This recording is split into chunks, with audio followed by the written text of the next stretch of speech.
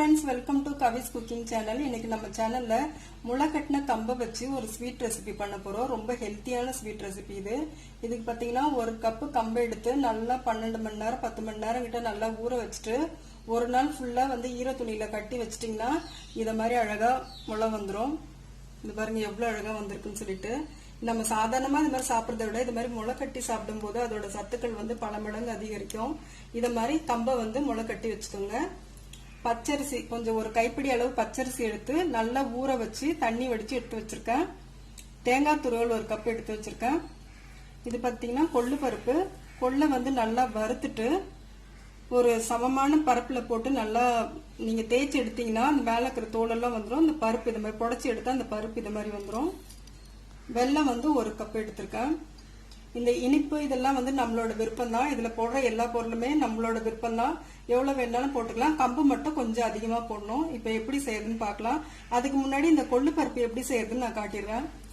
கொள்ளை வெறும் கடாயில போட்டு நல்லா இது மாதிரி பொன்னிறமா ஆறு வரைக்கும் நல்லா வறுத்து எடுத்துக்கணும்.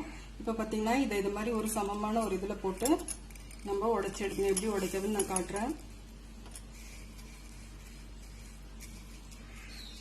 நல்லா இது மாதிரி ஸ்ப்ரெட் பண்ணி விட்டுக்கோங்க. இந்த மாதிரி சின்னதா ஒரு குழவி இல்லைன்னா ஏதாவது ஒரு இது எடுத்து லைட்டா ப்ரெஷர் கொடுத்து லைட்டா தான் இது பண்ணணும். எல்லா பருப்பு எல்லாம் ஃபுல்லா உடைஞ்சிரும்.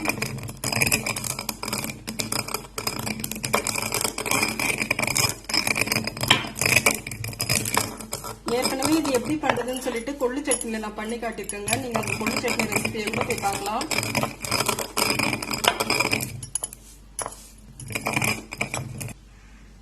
பாருங்க, பருப்பு இந்த அளவுக்கு உடைச்சு எடுத்துக்கணும்.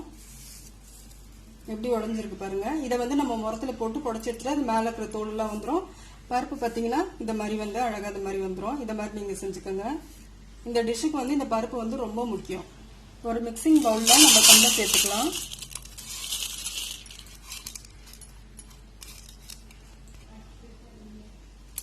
இது கூட ஊற வச்ச பச்சரிசி, வறுத்து உடைச்ச கொள்ளு பருப்பு, தேங்காய் துருவல், வெல்லம். வெல்லத்தை நல்லா இது மாதிரி துருவி வச்சுக்கோங்க. இல்லை நல்லா ஃபைனா நல்லா நசுக்கி வச்சுக்கோங்க. வெல்லம் உங்களுக்கு எவ்வளவு தேவையோ அதுக்கு ஏற்ற மாதிரி மிக்ஸ் பண்ணிட்டு பத்தலைன்னா போட்டுக்கலாம், இல்லைன்னா கொஞ்சம் கம்மி பண்ணிக்கலாம். இப்போ இதை ஒரு ஸ்பூன் இல்லைன்னா ஒரு விஸ்க் வச்சு நல்லா இது மாதிரி கலந்து விட்டுக்கோங்க. இது டேஸ்ட் பாத்தீங்கன்னா ரொம்ப அட்டகாசமா இருக்கும். சின்ன குழந்தைங்க பெரியவங்க வரை எல்லாருமே லைக் பண்ணி சாப்பிடுவாங்க.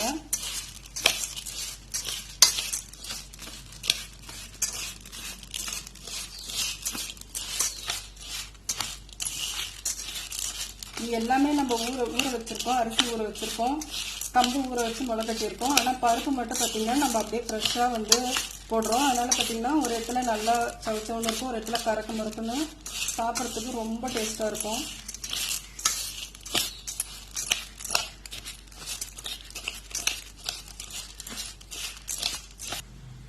நல்லா மிக்ஸ் பண்ணிட்டோங்க. இப்ப நம்ம சர்விங் பவுலுக்கு மாத்திக்கலாம்.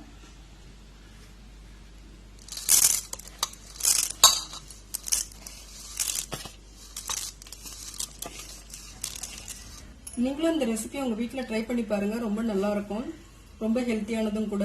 இந்த வீடியோ உங்களுக்கு பிடிச்சிருந்தா லைக் பண்ணுங்க, ஷேர் பண்ணுங்க, கமெண்ட் பண்ணுங்க. மறக்காம கவிஸ் குக்கிங் சேனலுக்கு சப்ஸ்கிரைப் பண்ணுங்க. பக்கத்துல இருக்கிற பெல் பட்டனை கிளிக் பண்ணிடுங்க. தேங்க்யூ.